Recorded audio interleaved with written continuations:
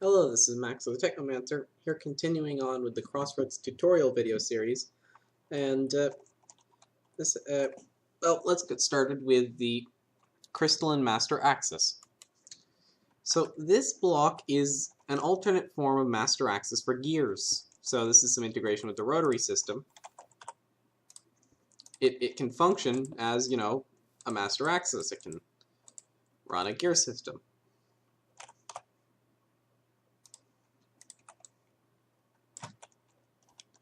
What makes it special is that it can also accept beams. Now, many beams, including some that several beams, and those that do will be specifically noted to do so in the magical element section, will do something in a master axis. So, for example, stability. So we just need to insert beams into any of these sides with the little quartz support. And I'm just going to make sure we get some pure stability into here. Anything of the stability element will do, but just for demonstration, I'm going to filter out specifically stability, and sure. Now, if we fire some stability into here, you'll notice it's building. It says element stability, and then there's a time counter that's building up. That counter is decaying over time, but the beam is filling it up faster than it's decaying. If we look now, it's slowly going down. Right. If we hit this with any element that is not the element it's currently got, then it'll reset the timer and change the element.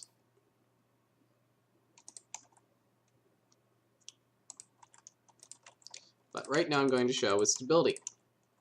Now, while it's got stability in there going through on the timer, it's going to do a special effect. The effect stability has is that while a crystalline master axis is using the stability element, there will be no power loss. So if you look, there's zero power loss here. None. And then once the stability runs out, which it's filled up quite a bit, so that could take a while, they will have power loss again, or energy loss. There's several others. Charge, well, let's see. Energy, if you put in here, will speed up the gears. It adds 10 energy per tick. Now, the trick with energy is it will be in the direction the gears are already spinning. So if they're spinning this direction, it'll speed them up in this direction. If they're spinning clockwise, it'll make them spin faster clockwise. If they're spinning counterclockwise, they'll go faster counterclockwise. If they're not spinning at all, it will have no effect. Charge, on the other hand, is the same but subtly different in that charge will specifically make it so that the gear attached to the crystalline master axis accelerates in the clockwise direction. So if it was spinning counterclockwise, it'll actually slow it down until it stops moving, and then it'll start going clockwise and speed up. Just a subtle difference there. There's a few other elements that we'll get to, and I will mention them as we discover them. Now I'm going to discover a few more elements here and talk about them. Like, we discovered energy in the previous episode, but I never explained what it did.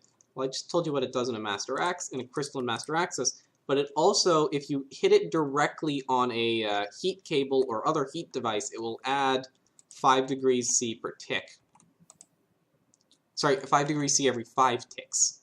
Because the thing about beams is all beams are on a 5-tick clock, and they only do their effect once every 5 ticks, even if you've got a constant beam. So they'll add whatever the power of the beam is. It will add that many degrees C every 5 ticks while the beam is on some heat thing. So a heat cable, it will heat up the heat cable. So higher power beams will heat it up more. So if I filter out to guarantee we get their energy element and put some coal in there. There's energy coming through this. Oops. And that's heating up this cable every time the beam hits, as you can see. And fairly soon it should melt. just going to build something around it for that as a precaution.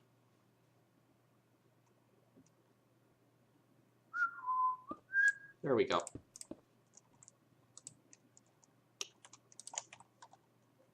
So energy can be used as a heat source if you like.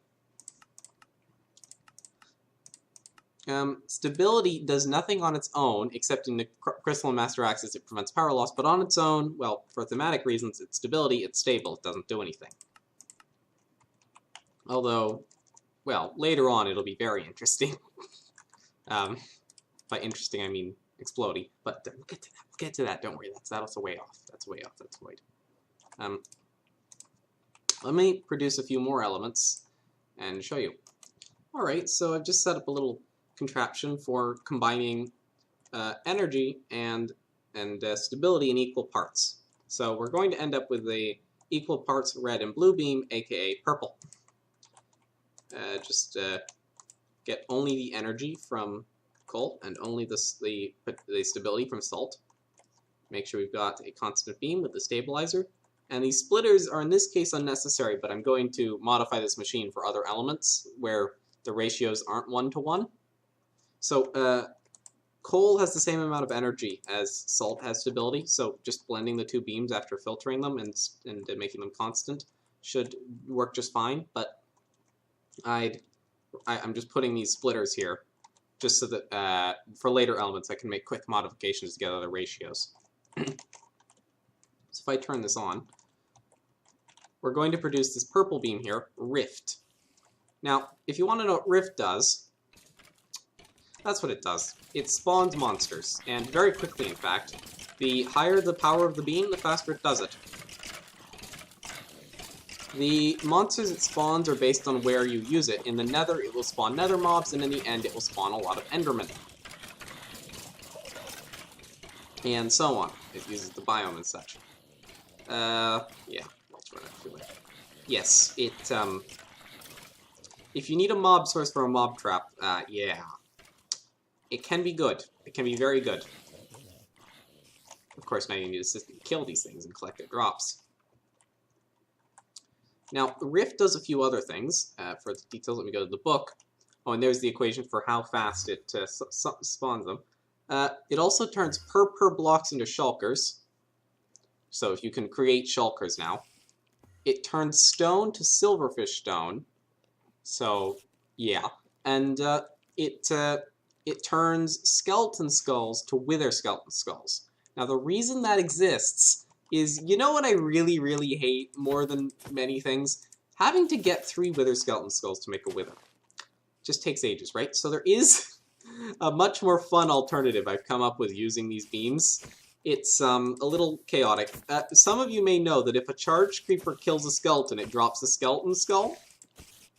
So you use charge beams to blast creepers with lightning. And then you get the charged creepers to explode onto some skeletons and get their skulls. And then you blast the skulls with a rift beam and get wither skeleton skulls. If you fully automate that, I will... If anyone manages to fully automate that process, send me a picture, and I don't know, I might give, I don't know, it would be, yeah. I mean, it would be quite the challenge, but I find it's quite fun to do it manually, just try and create traps for wild creepers and skeletons, and then usually end up blowing myself to bits trying to charge up the creepers and get them to kill the skeletons.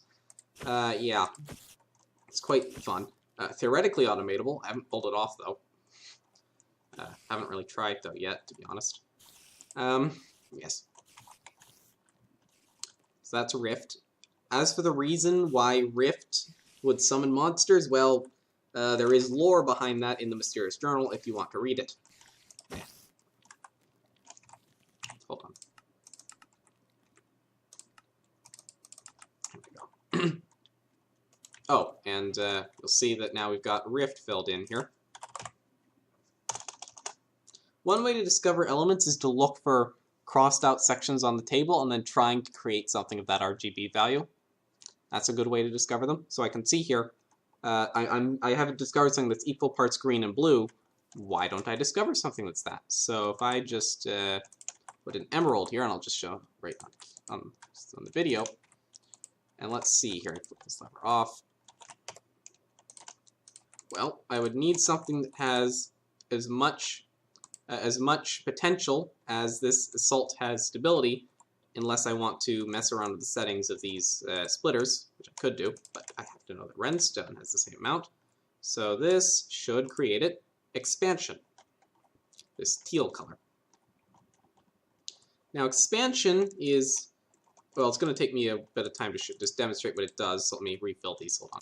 It might be noted that these things are consuming an enormous amount of redstone and salt with the rate the hoppers are going. So either automate it well, or come up with a system that uses less magic, or, and this is another thing, with the magic just going into the stabilizer, it's producing more magic than is really needed to keep a stable beam, so it's filling up the buffer of the stabilizer and overfilling it, wasting the extra magic. If you were to control the timing of turning on and off the hoppers, you could stop them from being overfilled and save material. Quite a bit, in fact, but that's just a tip. So let me do this. Expansion. What does this do? Well, we need an endpoint. Just ending here was fine, or hitting a block. Yeah, it's basically a grow ray. And what is small and could be turned bigger? Items into blocks. Any blocks within a certain range of the endpoint of the beam will be, any items within a certain range of the beam that have a block form will be placed. And a particularly fun thing to do with this, although it may not work anymore sometime. Yeah. Oh, right, I fixed this. Yes, it used to be it would. I just remembered I fixed this. It used to be that it would place the rails in midair and they'd pop off and keep flying away, but I remembered I fixed that. Never mind. Yes. The range that it affects is based on the power of the beam. The range equals power. Also, so a good way to use this is you can use it to place blocks in an automated setup. Okay, that's actually, I've got a really high power beam here. Yes, I do. Okay, so this should no longer affect it. Yes. So you could have something that turns on and off the beam. So you throws the item and then turns on the beam. And then turns off the beam to conserve magic. I feel like now would be a good segue to talk about magic conservation strategies, because producing it can be quite expensive. There are multiple ways to go about it. You could produce, for every project, everything that uses magic, you could produce the magic on site for that as part of that specific build, and then just ship in the components required to create the beams. There's pros and cons to that. Pros being it's sort of simpler, but con being you waste a lot of magic usually. You could make a giant sort of almost a power loop with beams going throughout your entire base and powering everything and then sending all the excess magic back to the central to be split out by a prism. There's pros and cons to that. I'm just going to mention that there are many ways to go about trying to conserve magic, and, well, they each have their pros and cons, and I'd love to see whatever people can come up with to try and minimize the cons. Technomancy has some particularly useful features for doing the power loop as well. Anyways, next element. When I got that expansion, you'll notice that it didn't fill up the whole teal area. We still got an undiscovered one here. This one is, I'm just going to say right now, fusion. This is a crafting beam, by which, not like crafting like craft sticks or whatever. I mean, it's similar to light, which turns certain blocks into other blocks. It does something similar, only it has different recipes. So let me produce some, and I'll be right back. Here's a quick system I kludged up. It's not very good if you were trying to use this as part of an automated system, but it'll work just fine to demonstrate it. I'm going to produce, since what we need is a ratio of approximately, for fusion, one energy to every 2 potential and 2 stability, and since glowstone has 1 of each, just have 2 things producing glowstone, and merge them all together except vent 1 of the energies. And then what I've done here is, because we haven't got a constant beam, we've just got pulses, I've made sure that the delay along from this extractor is exactly the same as the delay from this extractor to the final merging point, just to be certain that they don't get that they arrive together, because that delay does matter when you have pulses. So this is just demonstration tool, and this is fusion. Now, I should mention just now, you'll see that pretty much everything I've built here, I've put air gaps. These are not necessary. You can do this just fine. I just like to have gaps because then you can see the beam, and that's good for demonstration. It's completely optional. So now that I've discovered fusion, the book has filled up with all the information on it. It turns sand to pure quartz blocks when power is at least 16, which means now you can automate blocks of pure quartz because you can place sand with a fusion beam, you can make sand by grinding down cobblestone in a grindstone, you can produce cobblestone with a drill and a cobblestone generator. Right, you can now automate pure quartz fully.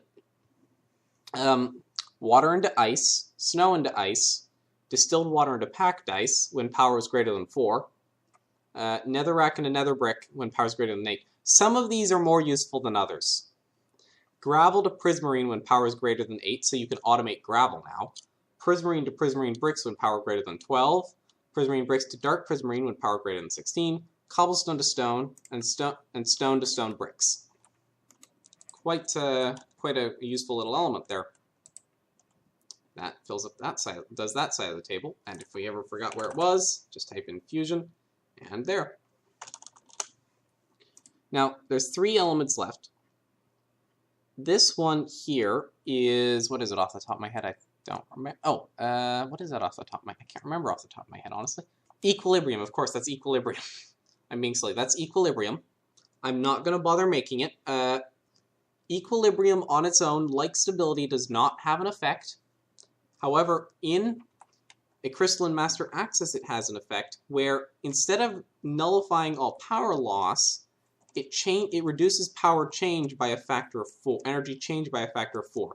Now, what that means is that let's say I had 100 energy this tick, and the next tick I had 200, right? No matter from the source, it could have been energy loss, there could have been turbines, there could have been this, that, and the other thing, adding and removing energy. But in one tick, I gained 100 energy. Well, if I have equilibrium in there, it divides the change by 4, so instead I only gain 25. And similarly, if I would have lost 100, with equilibrium, I would only lose 25. So if it won't completely nullify any change, but it'll greatly reduce it. So if you're trying to make a system where you keep the speed around constant, such as a fat congealer, then equilibrium could really help. Many things in Magic help simplify previous automation puzzles greatly. So now with equilibrium, you can very easily, it makes it so that the fat congealer it won't completely solve the puzzle. It won't be just, oh, stick a crystalline master axis with a equilibrium beam in it, and you're good. You're still going to need to have something to regulate the energy of the gear, but it'll fluctuate less and make it perform better. So it enhances and previous stuff. So now with these beams, you've got stuff that can place blocks, make new things that you couldn't automate before at all, spawn mobs, produce heat and rotary energy, manipulate gears, all sorts of things. Now, these 2 very tiny ones are somewhat difficult to produce, and that's on purpose, because these are the 2 are really powerful. I'm not going to tell you what they are. If you discover them, it'll tell you the name, and the book will tell you, and will give you descriptions of what they do. But I don't want to tell you for the simple reason that if I tell you, then you'll probably beeline straight to them when you make a new world, and I don't want you to do that. And by not telling you, you probably won't beeline straight to them because you don't know. You don't know if the thing they're really powerful for is something you're going for or not. So they're powerful, but they're not OP, probably. I'll leave it at that.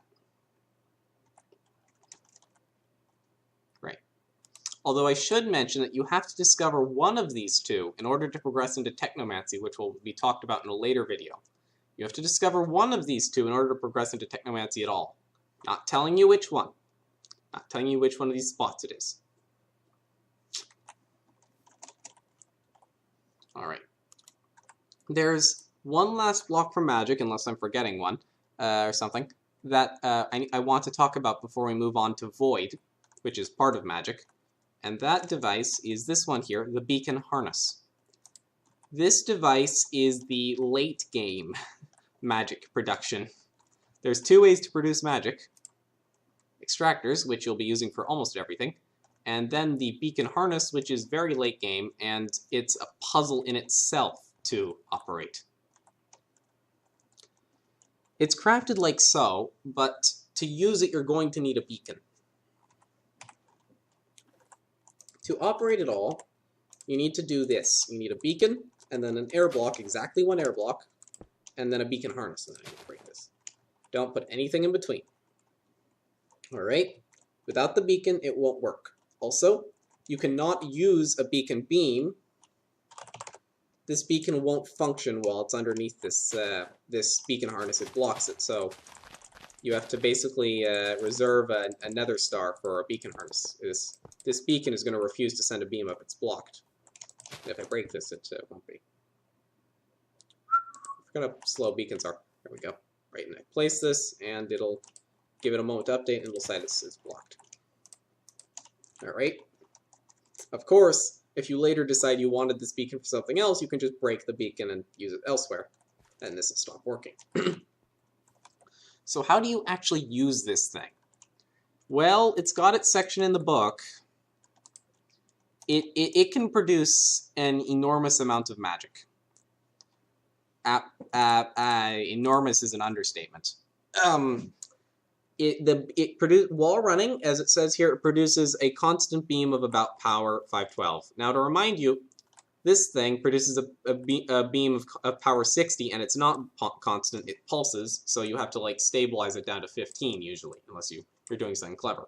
So 60, and you have to consume enormous amounts of redstone and glowstone and so on. 512 constant. Very powerful. So the trick here is the color of the beam it's going to produce. Well, that's one of the two tricks here. The color it produces changes. Once I turn this on, it's going to start producing, well, if you look at the edge of the color chart, it's going to start producing pure energy. And as time progresses, the color it produces is going to go around the edge. So the beam is going to slowly change color until it returns to energy, and it's just going to go around again and again and again. Slowly, like slower than my cursor is moving. Right? So one of the challenges is using a high-power magic source of constantly changing color. That's one of the challenges. Another challenge is, well, keeping this thing running because it doesn't work for free. So if you notice something here, well, if it's only going around the rim and never through the center, it's always going to be producing either one or two different of the three primal things. It might be producing energy and potential in different ratios. It's going through here. It might be producing potential and stability, or potential and or stability and energy. It won't be producing ever be producing some stability, some energy, and a bit of potential. It's never going to be over here or here or here. It's around the rim, so it's two of them. And occasionally it'll be just a pure element right when it crosses around here. To keep it running, you need to keep it supplied with a beam of the element it's not producing. If you supply it with a beam it is producing, it will shut off. And every time it passes one of those points where it's producing only one element at a time, it'll give you like a safe zone where it won't care what you're feeding it. If you're feeding it magic at all, it won't care for like a certain amount of time. That gives your systems time to change over to the next color. So, yeah. So it consumes magic to run, and it doesn't need to consume very much. A beam of power 1 it will do the trick just fine, especially compared to the amount it emits. So yes, but you need to feed it the color it's not producing, which also means you need to store up the magic of the color color it's currently not producing from when it was producing it. So you're probably going to need a system to jumpstart this thing to store up enough magic to get it running.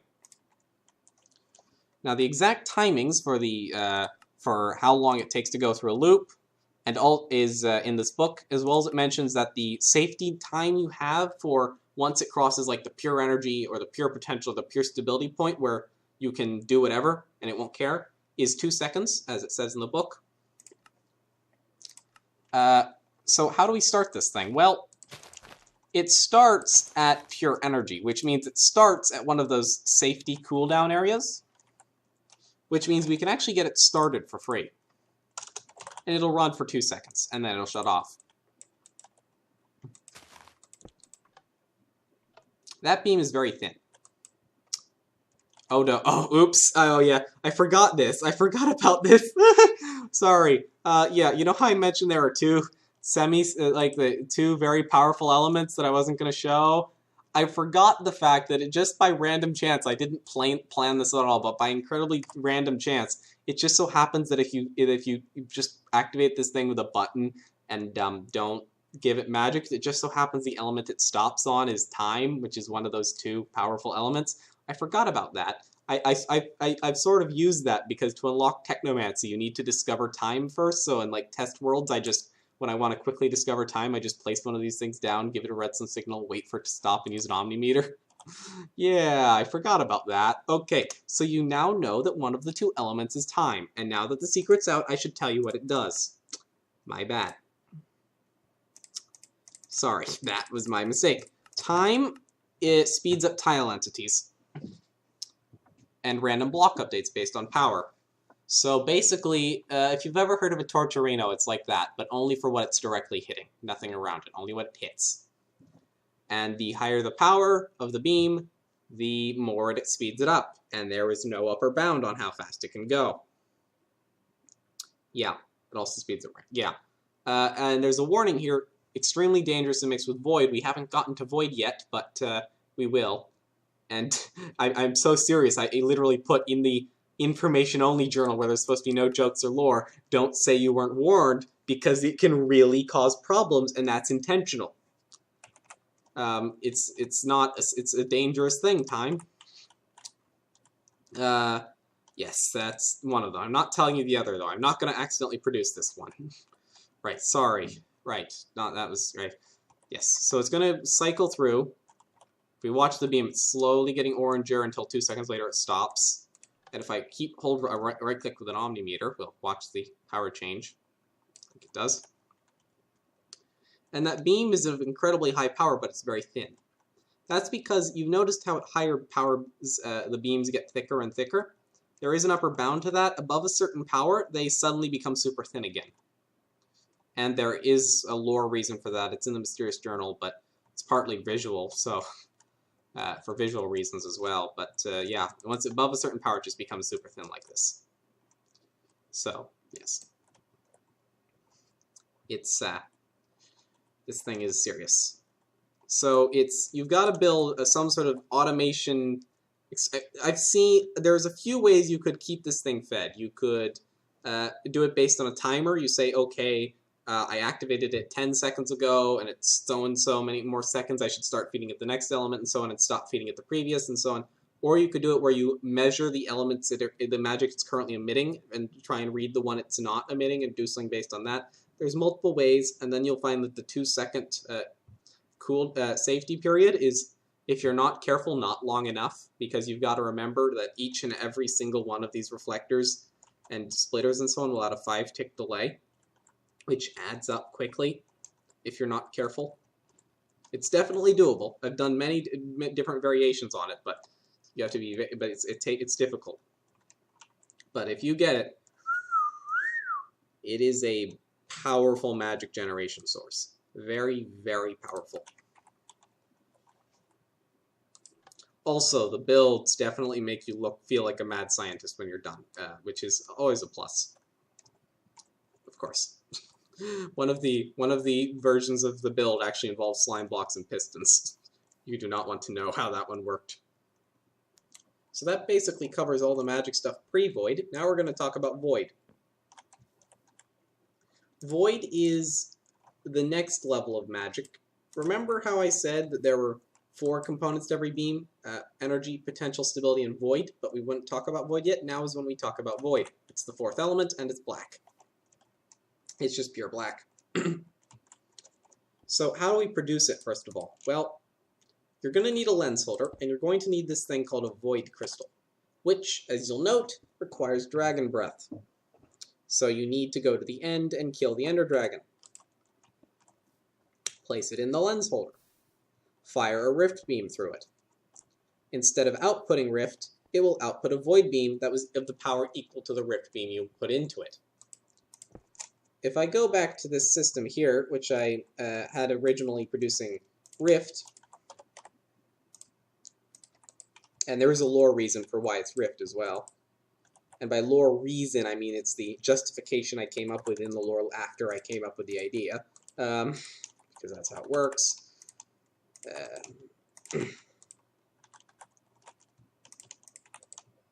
Right, if I do this, this should be producing void, not void, rift.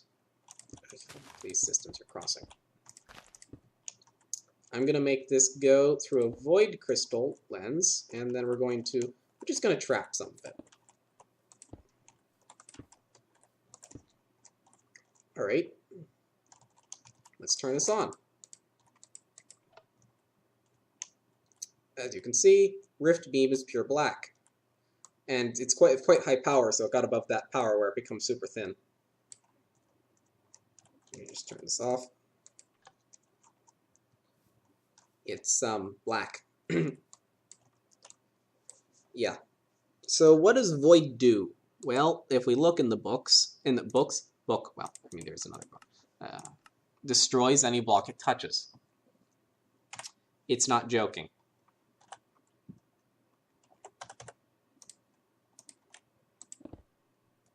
Any block. Bedrock included.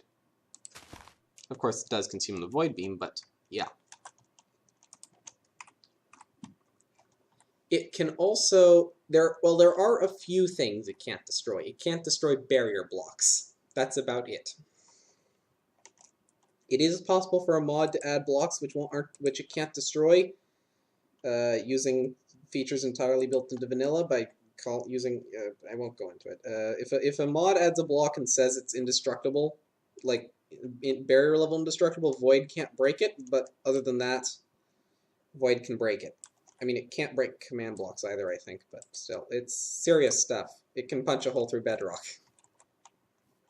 So, besides being able to make a hole through bedrock and being this ultra black, pure darkness beam of Doom and Cthulhu, what does it actually do? Well, that's so important. Well, if it's the 4th element, you can, as you might imagine, combine it with the other 3. So there isn't a whole set of there isn't like a 3-dimensional table of this which also includes void. What actually happens is that any element which is mixed with void has a different effect. It could be no matter how much void is actually in it. If it's a beam of 100 stability and 1 void, it does the void stability effect. If it's 100 void and 1 stability, it's the void stability effect, because it's not pure void anymore, it's not pure stability. It's a mix. So it does not tell you, for the most part, what the void effects... Oh, you know what I just realized? I'm sorry, I'm interrupting myself in the middle of talking, but I just realized there was one effect I didn't show off. I'm sorry, this is stupid of me. I should just mention this. The potential element, the green one, it grows plants very quickly. Any plant that hits it grows very quickly, and it heals mobs within a radius of the square root of power by power divided by 2. So it's a heal ray and a plant grow ray. Sorry. Back to void. Sorry about that. It's just important. Yes, so you mix this with something, and it does a different effect. Now, it doesn't say in the book what those effects are, but the general rule is, and the void in the book does have the general rule, it does the opposite. That's the general rule of thumb. So I'm going to tell you what a lot of them do. Void potential ungrows plants, and by ungrows I mean turns them into dead bushes, and is also a death ray that pierces armor.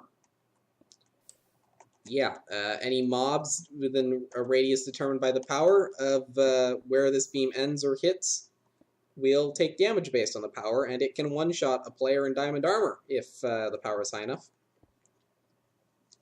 Yes. Void energy will cool things down instead of heat them up, and void stability is fun. It explodes. Because what's the opposite of being stable and doing nothing? Exploding violently. The explosion power is the power of the beam, and the power of the beam does count the void divided by 3. To put that in perspective, TNT is power 4, a creeper is power 3, a charge creeper is power 5. If you had a beam of power 100, you would be in for a lot of fun. Although it does cap out above a certain power, I can't remember what it is. I just remember that it is high enough to make a very large hole. Be careful. Let's see here. Let me just go through the ones in the book one by one. Let's see here. Void energy I mentioned. Void potential I mentioned. Void stability explodes. Void light just is pretty boring. It just turns glowstone into rock and sea lanterns into glass. Void fusion, pretty boring, just does the opposite of these recipes, fairly useless. Expansion does the opposite. Any block it directly hits will be broken and dropped as an item. It won't affect things around it, just the one it hits. Charge does not summon anti-lightning because that's not a thing, but it will turn redstone blocks into rock. Rift Void is interesting. It spawns passive mobs. And also undoes all these crafting operations, but it spawns passive mobs, so yes. And if that is biome specific as well, so it'll do things like spawn rabbits in deserts and polar bears in snow. Oh wait, no, polar bears aren't passive. No wait, snow doesn't have a passive animal. What is it? What's a good example? Llamas in mountains, I guess. Void time I'm not going to go into until we talk about technomancy. Just don't do it. Just don't do it. That's if you're going to test it, do it in preferably a different dimension. I mean, it won't destroy the whole dimension. I mean, at worst, it'll destroy like everything within 2 chunks. But if it destroys everything within 2 chunks, it'll destroy everything completely. So there's a variety of things that can go wrong with that. So don't do it in anywhere near something you'd like to keep. Let's put it like that. A void element put into a master axis also does a different effect. Although, again, not all elements have a master axis effect. This is being the crystalline master axis. So energy with void will slow down the gears. Void stability will increase power loss a lot. Very big increase in power loss.